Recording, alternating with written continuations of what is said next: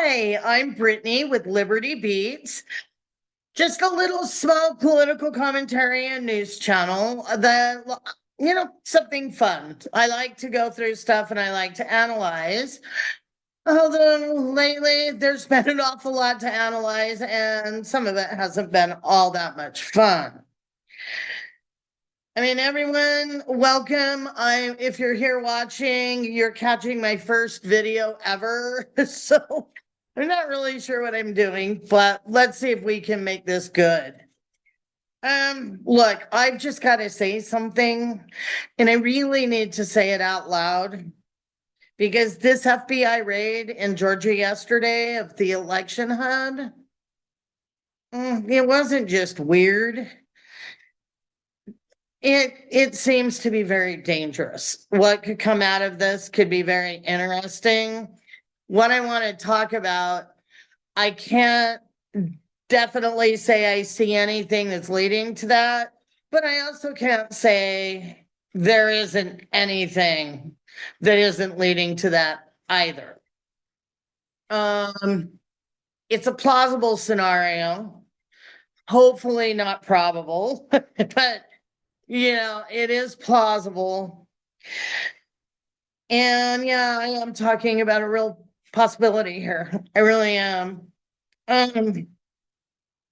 Like I said, not what's happened yet, but what could happen if we're not careful and diligent and keep our eyes open to look. And it really could happen. But what could happen could be really huge if this administration, or should I say regime, keeps rolling like they own the truth. Because I don't think anyone in the White House or in the cabinet knows truth, even if it bit them in the butt. So picture this. Just picture Trump being Trump, not weird stuff, just screaming everything's rigged. I know I won 2020, blah, blah, blah. We've heard all of that. He started that pre-2020. He was screaming rigged way, way early in that election. He already knew, I think, that he was going to lose, but he wanted to make sure he got that out there. I mean, who could forget the Dominion issue? All these people, Janet Ellis, Rudy Giuliani with his dripping hair. Such a lovely thought, isn't it? Going on anywhere people would listen to them. Sidney Powell and her ghost of Hugo Chavez is flipping votes from Venezuela. All of it bunk, of course. And I mean, 60 plus court cases, no evidence found whatsoever. Yet, here we are, right? Didn't matter that Fox paid almost $1 billion for lying about this and pushing that narrative. It wasn't enough that Newsmax and OAN and Right Side News and all these had to change the way they talked about it. Couldn't make it sound like it had happened. They had to talk in possibilities. And so that brings us to where we are today. And where are we? Well, the FBI's got the Fulton County 2020 paper ballots, all the digital images, the tabulator tapes, and most importantly, the voter rolls. Trump has been trying to get every state to give him and his DOJ access to these voter rolls, right? And many states have won in court, made it very clear that he can't have those. However, I guess if you just come up with a fake charge and can get a magistrate judge to sign off on it, you're rolling and you get what you want, no matter what a district court judge said. So, first off, let's look at what happened here. They walked in and loaded out hundreds of boxes loaded them on pallets, would not let the election officials or the Fulton County Sheriff's or Police Department do an inventory. That means there's no chain of custody. We don't know where these where this stuff has ended up at. They don't even have an accurate inventory of what was taken. And so where are they?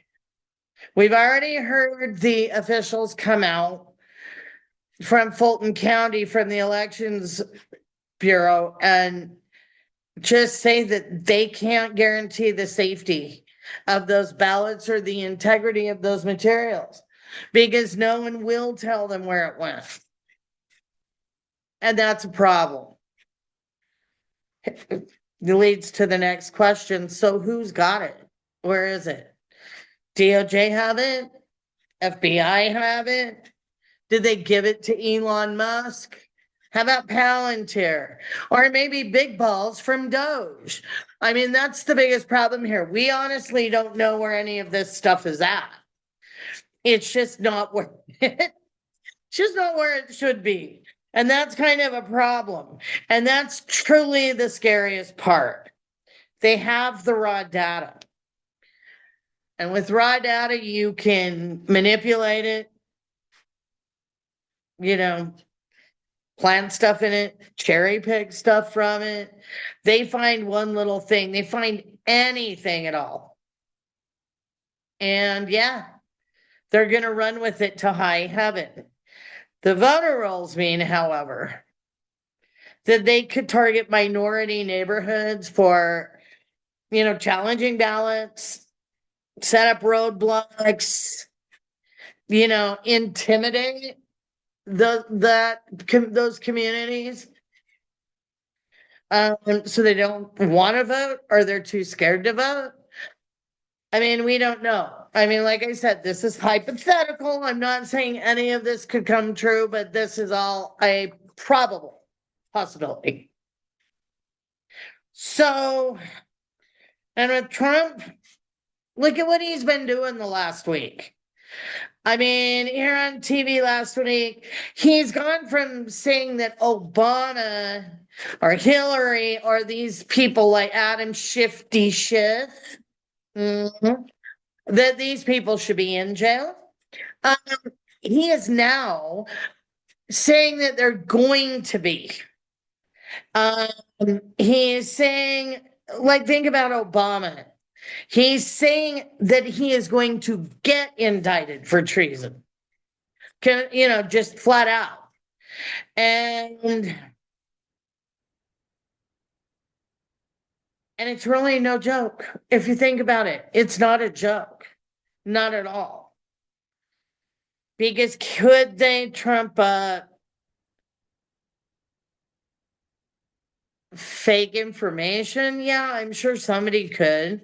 I mean, I don't know who he's got around that isn't, kind of an idiot. Because everyone in the Trump cabinet, I don't care how many Ivy League degrees you have. Oh, and this goes for the Heritage Foundation. I hope they're listening.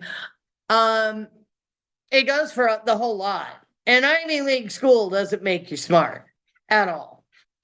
And that's the thing we got going on here is he's saying Obama's getting indicted for a reason. We got to consider that's not rhetoric, that it's a signal, that he is signaling that he's got a game plan on, that he's got something up his sleeve. Now zoom out to today.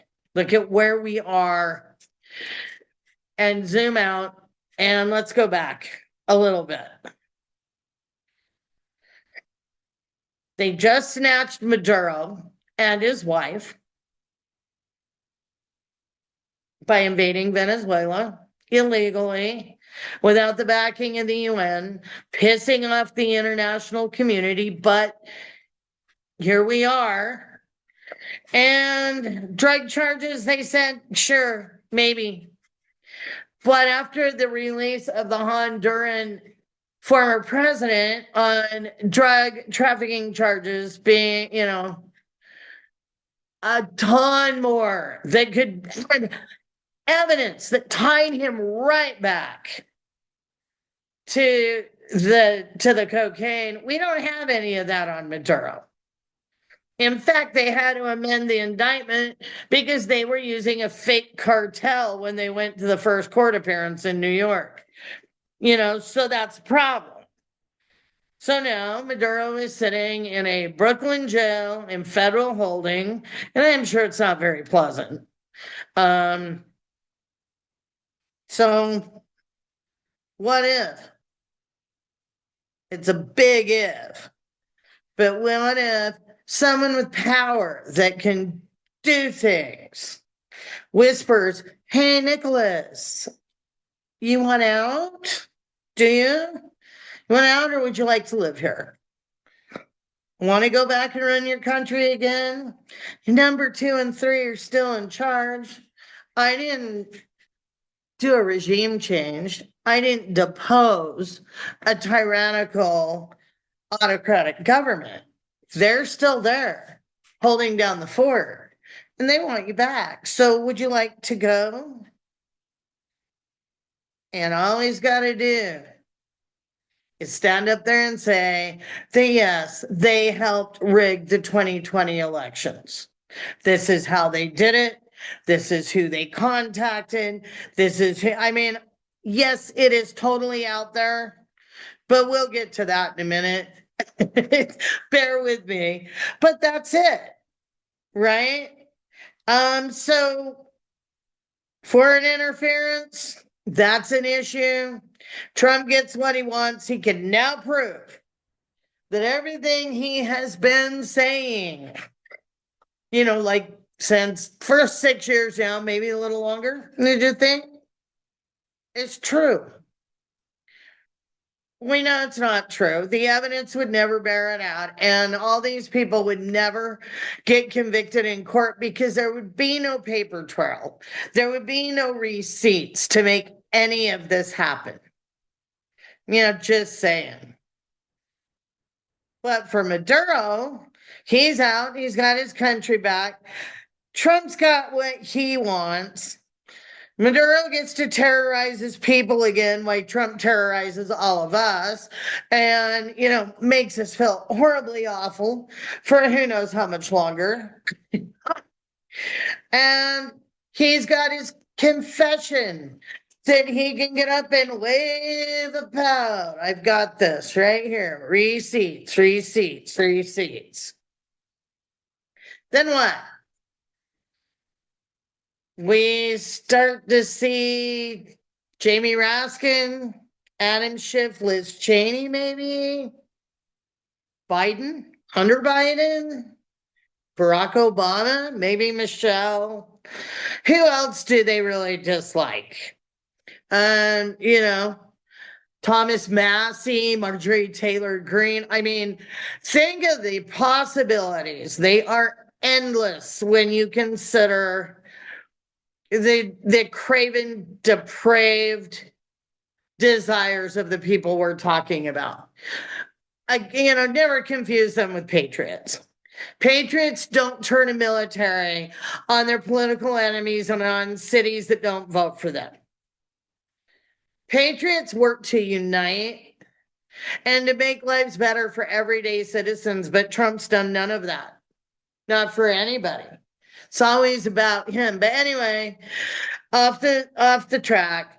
But so if they start arresting politicians, maybe they arrest those like Gavin Newsom, Kamala Harris, possibly or more than likely AOC. She's a double whammy, a Marxist communist according to them, and Puerto Rican, which I don't still think they understand that's a United States territory, which makes them American citizens.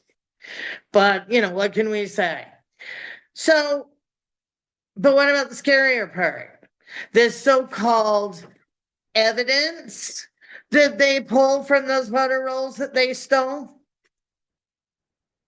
Will they go in and start arresting random voters, trying to prove a point, terrorize minority Democratic districts? People that are already afraid, and in the South right now, I'm guessing they should be pretty afraid. I'm a New Orleans girl, so I understand what happens down there and I understand the fear. So now, you know, look at what's happening by the time all of this could happen. By the time they rounded people up, by the time they started trying to figure out where people are, midterms would be right around the corner. They're on their way, they're coming up. And people don't want to vote. Nobody wants to vote anymore because they might get indicted.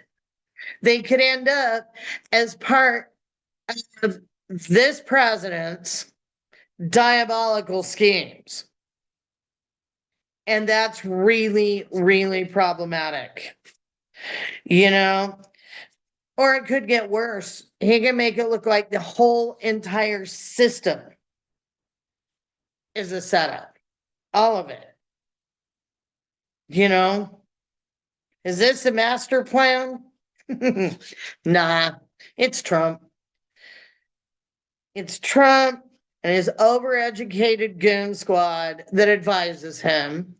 And again, those Ivy League degrees, sorry. That doesn't mean you're smart. Doesn't mean you have intelligence. And it certainly doesn't mean you know how to move on your feet. It just means that you spend a lot of money to get a degree that you aren't using to the best of your ability. That's what I see. But in it being just Trump, it's chaotic. It's the whole thing, the whole part of this point. If he got to this point, it would be impulsive. It would just be revenge fueled completely. And he will take out anybody that didn't vote for him. So think about that if you're in a red state. You're already a minority voting. How bad are you going to want to go out and vote if you think you could get indicted for it? If you're going to get rounded up and tucked in some prison in El Salvador with no way out. I mean, the possibilities here just keep going on and on. That's all I'm saying about it. But the thing is, his plan doesn't need genius. Not at all. He just needs control. And right now he's got the stuff. He's got everything. And if some of these Republicans don't start looking at these plausible scenarios, even though they haven't manifested yet, I get tired of hearing people say that, but he didn't do that. He hasn't tried that yet. Well, yeah, yet. Doesn't mean he won't. So you've got all these people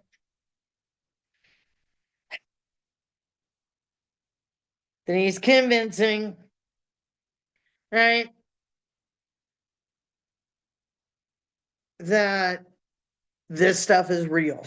And he's already stifling speech.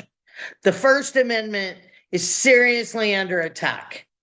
Just think of journalists. The DOJ is still doing backdoor, trying to get around judges in Minnesota to get Don Lemon arrested. They're not happy with the arrest they got.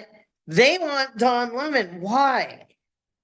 Look at CBS bending over and spreading wide. And, they're turning into Fox Light at the moment, but they could go further. NBC, that whole situation with Jimmy Kimmel. Yeah, they capitulated, but they never should have paid him in the first place. Every one of these media conglomerates, those lawsuits were winnable. But it was the money. They had mergers coming. They had things going on. And, Yeah. I don't know what to say there, but they had all this stuff coming up. Trump could easily down it and cost them millions, if not billions of dollars over time. But look at Trump. Look how much money he has made just being president. Anyway, I'm getting off track. I didn't want this to be super long. So anyway, I am confident, 100% confident that voter fraud is very small and almost negligible. Um, but I'm terrified right now of what happens when the data stops being data and starts being a propagandist weapon with manipulated numbers and cherry picked samples and so forth. I see a problem. The real numbers that I have to back them up, no, I apologize. I've got to read these a little bit more. We have the Brookings Institute in October of 2024 using the Heritage Foundation data in Pennsylvania over a 30-year period of time, a 30-year study covering 32 elections with more than 100 million votes cast. I will guess for a minute. Go ahead, put it down in the comments. Tell me what you think it is. Any idea? Well, in more than 100 million votes cast, only 39 cases of voter fraud was found. That's a rate so tiny, it couldn't touch any election, much less changing the outcome of a nationwide election. It's negligible, is what I would say. Then you have the Spotlight Pennsylvania analysis that came out in August of 2025. And in the last decade, it's only a 10-year study, 2015 to 2025, only 14 instances where fraudulent ballots showed up, right? And they were cast, those were cast ballots. I mean, totaling maybe 149 bad ballots out of 61 million cast. You'd have a better chance of winning the lottery than, doing that. I mean, it just, most of the time, what I found in this research is that the voter fraud comes from like poll workers, things like that, and it's easily found. It's not the people mailing in ballots. It's not the people voting, and it definitely is not the voting machines. And the last data I looked at is Heritage Foundation data. It was updated through 2025, and it lists about 45 cases in Pennsylvania from 2018 onward. They included, the Heritage Foundation included things like false registration, absentee misuse, criminal convictions, and there's no systemic partisan breakdown to see who does it most. There is a rando study out there that says 39% of the badly cast ballots were Democrat, 41% were Republican, the rest being something else. So they're basically dead even. They're cast at about the same rate. But again, they're tiny. Bottom line, fraud happens. It does. There's always bad actors out there. Just look at the 34 times convicted fraudster sitting in the White House right now.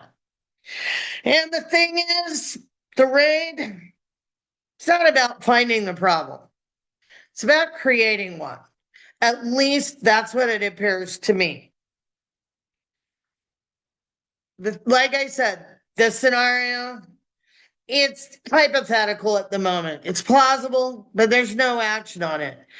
But the possibilities of something like that happening, or something even worse, that somebody much smarter than I am thinks up. Well, if that doesn't wake people up and have them wanting to get out and fight for their democracy, then I don't know what will. Anyway, that's about all I have. Hopefully, I'll get the hang of this video making and they won't be so scary anymore. Because I don't have a good chair or a good place to sit. I'm kind of in a bad place, so I keep disappearing into a cheap background with a cheap setup. But thank you. If you've stayed all the way through, thank you for taking the time to listen to me. And I'd love to hear your thoughts. Put them down in the comments below. And feel free to comment in my community. I do answer back. Anyway, this is Brittany for Liberty Beads News, signing off for now, and stay vigilant and get out in those streets and make your voices heard. Have a great day. Bye.